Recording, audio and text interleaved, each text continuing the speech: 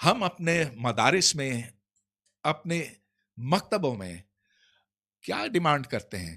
مانو مانو مانو, اطاعت. انگریز نے یہ نہیں کہا. انگریز نے, وہ کیونکہ سائنسی انقلاب سے گزر چکا تھا. سوال کرو, آج ہم اس چیز کو اچھا سمجھتے ہیں. خیر, مدارس کی بات اور ہے, ہمارے اسکولوں کی بات اور ہے جہاں رٹا سسٹم چلے آ رہا ہے, اور جتنا بھی آپ اس کو برا کریں پھر بھی اور زیادہ مضبوط ہوتا گیا. بہرحال میں سمجھتا ہوں کہ اب باری زیبا کی. بہت شکریہ.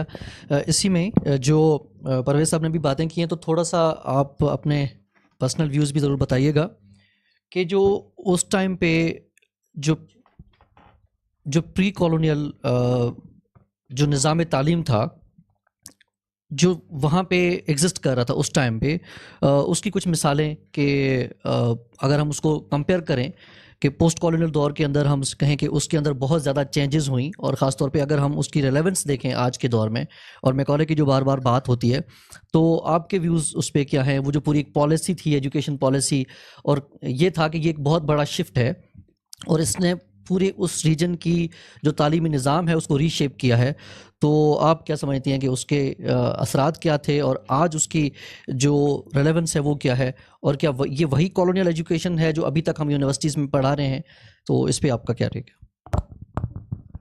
ہے؟ تھینک یو سو مچ دلیپ, اور تھینک یو یہاں جو پینلسٹس بھی جو ہیں, اور میں واقعی میں بہت زیادہ متاثر بھی ہوتی ہوں یہاں پر جو ویو پوائنٹس دیے جاتے ہیں. دلیپ, جو سب سے پہلی جو بات ہے کہ جو ہم نے جو سلائڈس جو دیکھنی شروع کی, اور وہ بہت پاورفل امیجز تھیں جو امجد صاحب نے جو ہمارے ساتھ شیئر کی, کہ کلونیلزم کی پکچر کیا تھی, اس کے پیچھے کیا اس کی وہ تھیں مقاصد کیا تھیں. لیکن ہم یہاں پر جو بات کر رہے ہیں نالج کی, کہ نالج ایز اے سسٹم کس طرح اس کو یوز کیا گیا تھا, اور آگے جا کے اس کو کس طرح سے مزید اپلائی کیا گیا تھا, اور اس کو کن مقاصد کے لیے استعمال کیا گیا تھا. جب آپ کلونیلزم کی جب بات کر رہے ہوتے ہیں تو میں تھوڑی سی کنفیوز ہو جاتی ہوں کہ آپ کون سی والی اس کی بات کریں, کیونکہ اگر آپ ہمارے خطے کی بات اگر کریں تو یہ تو بہت پرانا قدیم زمانے سے یہ خطہ چلے آ رہا ہے. یہاں پر جو بات ہے, جس طرح ڈاکٹر صاحب نے بات کی اور ایون امجد صاحب نے بھی بروٹیلٹی کی بات کی, میرے نزدیک جو نالج سسٹم جو یہاں جو بنا تھا اور جو ایوالو ہوا تھا وہ بہت فلوئڈ قسم کا تھا, بہت ڈائیورس تھا, اور وہ بن رہا تھا. مطلب اس طرح کی جو ڈائیورسٹی فرام ڈفرینٹ پیپل, جس طرح جس ان کی تھاٹ بنتی گئی, نالج بھی اسی طرح بنتا گیا. میرے نزدیک اگر ہم تھوڑا سا پہلے اگر ہم چلے جائیں ہمارے اپنے ہی قدیم, جب ہمارے ویداس سسٹم سے بن رہے تھے, اور پھر بعد میں جب یہاں کی سوسائٹی جب اسٹرکچر میں جب آ رہی تھی, تو آکوپیشنل ووکیشنز, آکوپیشنل آئیڈینٹیٹیز آپ کی بننی شروع ہو گئیں, ایسا ایسا وہ کاسٹ میں ڈیولپ ہونی شروع ہو گئیں, اور وہ ایک طرح کی ہیریڈیٹری یہاں پر ایک آپ کا وہ چلنا شروع ہو گیا. تو یعنی کہ نالج کی فلوئڈٹی تھی, ڈائیورسفیکیشن بھی بہت زیادہ تھی یہاں پر, لیکن یہاں پر جو انٹرچینج اور جو انٹریکشن ہونا چاہتا تھا شاید وہ اس طرح سے نہیں تھا. ود ان دیئر ڈومین وہ ہو رہا ہوتا تھا, لیکن ود ان دا ڈومین بھی اتنی زیادہ ہائرارکی آ گئی تھی کہ it was difficult to disseminate کہ یہ والی جو ہے چیز یہ کیا ہم عام لوگوں کو دیں گے یا نہیں دیں گے. زیادہ تر اگر دیکھا جائے تو ہماری جو رولنگ ایلیٹ یعنی کہ ہر گروپ کی اپنی ایک پریسٹ ہوتا ہے, پھر اس کے بعد دوسرے تیسرے جو ان کو جو سرو کر رہے ہوتے ہیں, کیونکہ ریلیجن کا یا ریلیجس تھاٹ کا شروع سے ہی ایک اوپر ایک اس کی اتھارٹی رہی ہے, اور اسی اتھارٹی کو ماننے کے لیے وہ باقیوں کو اپنی اپنی رولز بتاتے تھے کہ آپ کا یہ رول ہے, آپ کا یہ رول ہے, آپ کا یہ رول ہے, and you can't go beyond those rules. تو لا میکنگ کے حوالے سے, ریلیجن کے حوالے سے ہمیشہ یہی دیکھنے میں آیا کہ جو اپر کاسٹ تھی یا جو اپر والے جو لوگ جو تھے ان تک محدود ہوتی تھیں, اور جو باقیوں کے لیے جو تھا وہ زیادہ تر آکوپیشنل ہوتا تھا. یہ ایک اسٹرکچر ڈیولپ ہو رہا تھا یہاں پر. ٹھیک, ڈسپائٹ بینگ ویری فلوئڈ کہ ہر ڈومین کی اپنی اپنی ایک نالج بنتی جا رہی تھی, لیکن انٹرچینج نہیں ہو رہا تھا, انٹریکشن نہیں ہو رہا تھا, اور یہ ہیریڈیٹری ڈسکریمنیشن یہاں پر شروع میں کافی زیادہ پائی جاتی تھی, جو کہ ابھی بھی ہمیں دیکھنے کو ملتی ہے. ٹھیک ہے, یہ آئیڈینٹیٹیز تو اپنے ساتھ چلی آ رہی تھیں, لیکن اس سب چیز کے باوجود کوئی آپ اگر یہ کہہ لیں کہ کوئی درسی نظام ہو جو کہ ایک درسی نظام یعنی ایک گروپ سے جو ریلیونٹ ہے وہ دوسرے گروپ کے اوپر کیا وہ حاوی ہے یا نہیں ہے، وہ چیز نہیں ایگزسٹ کرتی تھی. یعنی ایک ہوتا ہے کہ ماس ایجوکیشن سسٹم، تو ہم اس کو وہ تھوڑا سا پاپولرائز کریں گے، لوگوں کو ہم وہ دیں گے، شاید وہ اس طرح سے نہیں ہوتا تھا. یعنی کہ ایک گروپ دوسرے گروپ کے اوپر ڈومینیٹ اس طرح سے نہیں کرتا تھا. لیکن جب یہ شروع میں جب آئے، اور میں ابھی آج صبح پڑھی تھی وارن ہیسٹنگس صاحب، ہمارے جو پہلے گورنر تھے یہاں بنگال کے، اور پھر بعد میں یہ یہاں کے انہوں نے ان کو ایک کافی امپورٹنٹ پوزیشن تھی ایسٹ انڈیا کمپنی میں. لیکن اس سے پہلے بھی یہ جب یہاں کے لوگوں کے ساتھ جب انٹریکشنز ہوتے تھے، اور ایک جو نالج اکانومی کو بڑھانے کے لیے ایسٹ انڈیا کمپنی کے مقاصد کو بڑھانے کے لیے جو انٹریکشنز ہوتے تھے وہ آپ کی ایلیٹ ٹو ایلیٹ کلاس کے ہوتے تھے. تو ان کا ایک آئیڈیا یہ تھا کہ یہاں پہ کنسیلیشن پالیسی لائی جائے ایجوکیشن کے حوالے سے، کہ یعنی ہم ان سے لرن کر رہے ہیں اور وہ ہم سے کچھ لرن کر رہے ہیں. اس سے بہت سے ایکسپیڈیشنس وغیرہ کیے تھے، and it was purely out of his own exploratory nature. اور وہ کہیں کہیں تو یہ بھی سمجھتے تھے کہ جو برطانیہ کا جو اپنی جو سوورنٹی ہے، ہمیں گراؤنڈ کی جو اسپیکٹس ہیں ہمیں اس سے زیادہ نہیں جانا چاہیے. اور ایون جب وہ بنگال کے بھی جب گورنر بنے تھے تو انہوں نے شروع میں یہ ان کی پوزیشن رہی تھی کہ he needs to stay subordinate to the governor, اور یہ جو تھے نواب آف بنگال کے. ٹھیک ہے، تو یہ چیزیں تھیں. لیکن ایسٹ انڈیا کمپنی کے مقاصد اتنے اسٹرانگ اکنامک مقاصد تھے کہ وہ اکیلے کیا ہی کر سکتے تھے. ٹھیک ہے، تو کنسیلیشن پالیسی آہستہ آہستہ جاتے جاتے it became more of economic driven, کہ ہمیں اپنی مرچنڈائز کو بڑھانا ہے، ہمیں اس کے لیے زیادہ ہمیں مقاصد کرنے. لوگ پڑھیں یا لکھیں یا ایک دوسرے سے جانے یا نہیں جانے، کیونکہ ان کی بائی دی 1810 میں جا کر ان کی جو شیئرس تھے وہ ڈوینڈل ہونے شروع ہو گئے تھے بہت زیادہ. تو اس وقت ان کو پھر باتیں خیال آتے تھے need to come up with mass education system, کہ جس میں زیادہ سے زیادہ لوگ جو ان کی اکانومی کو جو سرو کریں یا ان کے جو مقاصد ہیں ان کو سرو کریں، بجائے اس کے کہ ایجوکیشن کا صرف ایلیٹ کے لوگوں تک ہی آپ اس کو محدود رکھیں. تو یہ تھوڑا بہت میں نے کہا کہ بہت شکریہ پرویز صاحب. آپ اس میں ایک چیز اگر میں ایڈ کرنا چاہوں وہ یہ کہ ایک یہ آرگیومنٹ ہے کہ انگریز کے آنے سے پہلے یہاں پہ جینزم، بدھزم، سناتن دھرم کی جو ریلیجیس نالج ہے وہ بھی، اور جو پنچایت سسٹم تھا ہندوستان کے اندر وہ بھی بڑا آرگنائز تھا. تو اس میں ایک یہ آرگیومنٹ دیا جاتا ہے کہ یہ for the good of the Indian تھا، کہ جو نظام آیا اور جو انگلش تعلیم تھی وہ اچھا ہوا کہ یہاں پہ آئی، اور اس کے نتیجے میں بہت سویلائزڈ یہ سارا سماج ہو گیا. تو جو اس سے پہلے رائج تھا اس کی کیا امپورٹنس تھی؟ اور دیکھیے، اچھے برے کو ہمیں نہیں دیکھنا. آئے وہ لوٹنے کے لیے، یہاں سے مال و دولت چھیننے کے لیے. برطانوی بھی، فرینچ بھی، پورچوگیز بھی، سب ہی آئے اس مقصد. مسلمان بھی اسی مقصد سے آئے اور کوئی نہیں. اگر کسی کو غلط فہمی ہے تو ہونے دیں اس بات. ہمیں تو میں جو زیبا صاحبہ کی بات سن رہا تھا، کہہ رہی تھی کہ یہاں جو نالج سسٹم تھا بڑا فلوئڈ تھا. I don't know what you mean by fluid. تو توہم پرستی پر مبنی تھا، سنی سنائی پر مبنی تھا. یہ کہ آسمان میں جب سورج گرہن ہوتا ہے یا چاند گرہن ہوتا تو کوئی اژدہا آ کے کھا رہا ہے. آپ بیمار ہوتے ہیں تو کسی کی نظر لگ گئی ہے، زلزلہ آتا ہے تو آپ کے اعمال کے نتیجے میں دنیا اس طرح چلتی تھی. کوئی فرق نہیں پڑتا کہ انگریز ہو یا فرینچ ہو یا کوئی اور یورپ کا آیا ہوا ہو. جب سائنسی انقلاب آیا وہ ٹیکنالوجی کا نہیں تھا، ٹیکنالوجی اس کے بعد آئی. لیکن جو فکری انقلاب آیا کہ ہر چیز جو ہم دنیا میں دیکھتے ہیں، جس کا مشاہدہ کرتے ہیں، اس کے پیچھے مادی اسباب ہے، کوئی ماورائی چیز نہیں ہے، کوئی بدرو نہیں ہے، کہ اس کے اسباب ہم منطق اور مشاہدے اور تجربے سے جان سکتے ہیں. اصل انقلاب فکری تھا. فکری، یہ جو تلوار لے کر آئے اور یہ کیا اور وہ کیا اور وہ سب، وہ تو سبھی کرتے تھے، مسلمانوں نے بھی کیا. تو کیا یہ دنیا تو اس طرح 10,000 سال اس سے پہلے یوں چلتی تھی. تو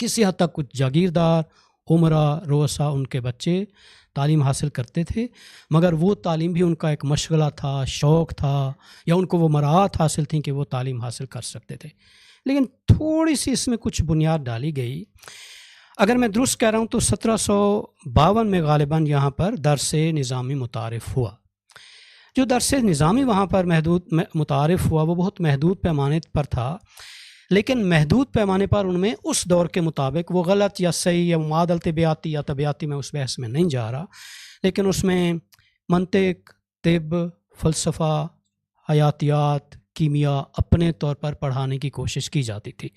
لیکن ابھی اور ساتھ میں کسی حد تک صوبے داری نظام کے گورن کیسے کرنا ہے، اس سے پہلے کہ یہ کسی خاص سطح پر پہنچتا، یہ درس نظامی جسے ہم آج درس نظامی کہتے ہیں کہ درس نظامی یہاں پر کوئی 35,000 کے قریب مدرسے ہیں، ان میں سے کوئی بھی درس نظامی نہیں ہے. 1780 میں ایک اور تحریک شروع ہوئی، شاہ ولی اللہ کے غالباً ان کی اولادوں میں سے کوئی تھا، وہ تھا درس رحیمیہ. درس رحیمیہ اتنا کنزرویٹو تھا، ڈاکٹر صاحب کو سن کر خوشی ہوگی کہ انہوں نے کہا یہ جو درس نظامی ہے یہ تو ترقی پسند ہے، یہ تو روشن خیال ہے، یہ تو سائنس اور طب اور منطق اور فلسفہ پتہ نہیں کیا کچھ پڑھاتے ہیں، بند کرو یہ سارا کچھ. میں سرہندی کے بعد کی بات جی میں تھوڑی سی بات مکمل کر لوں.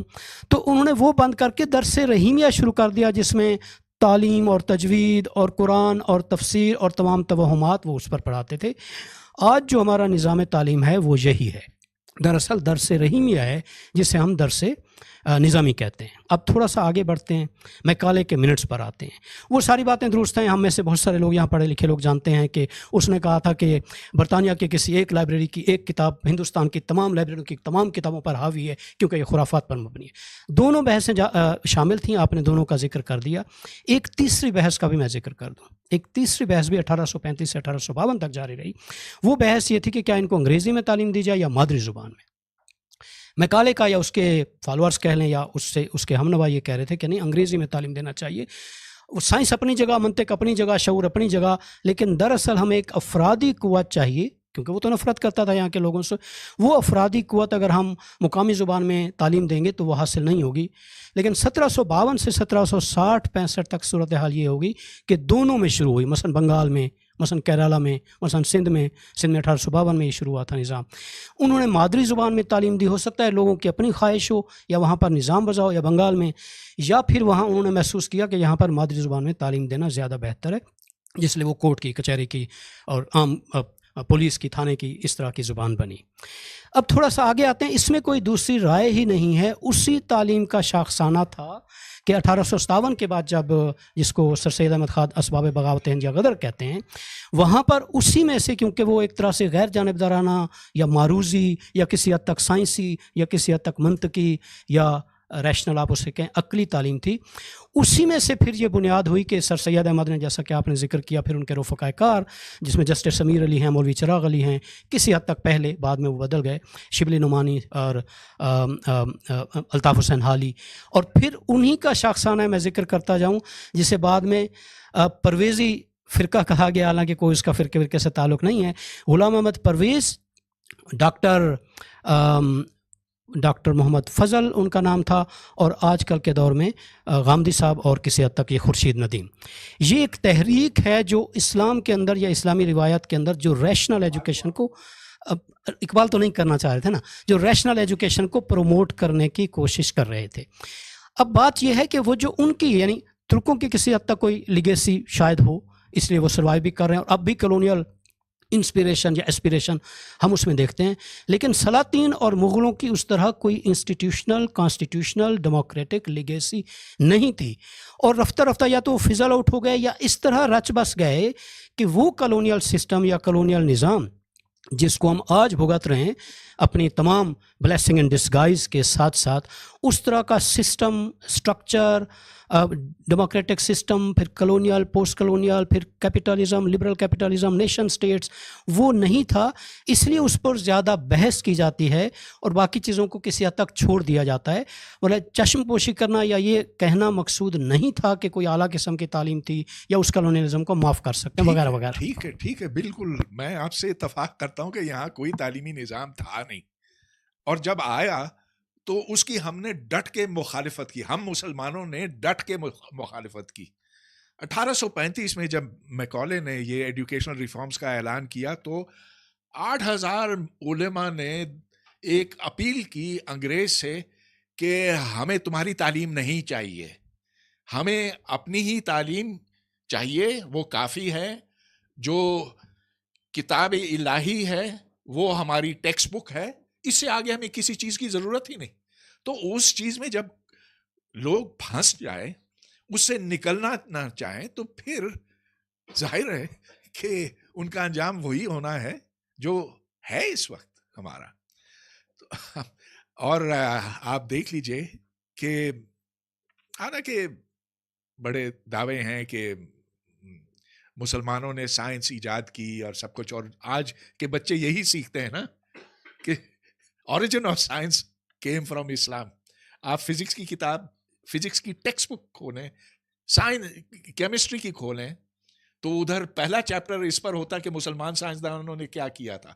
ارے بھائی وہ کب آئے؟ بہت بعد میں آئے، اس سے بہت پہلے بابل کے تھے، پھر چین کے، پھر ہند کے، اس کے بعد یونان، اور پھر ہوتے ہوتے مسلمانوں تک پہنچا.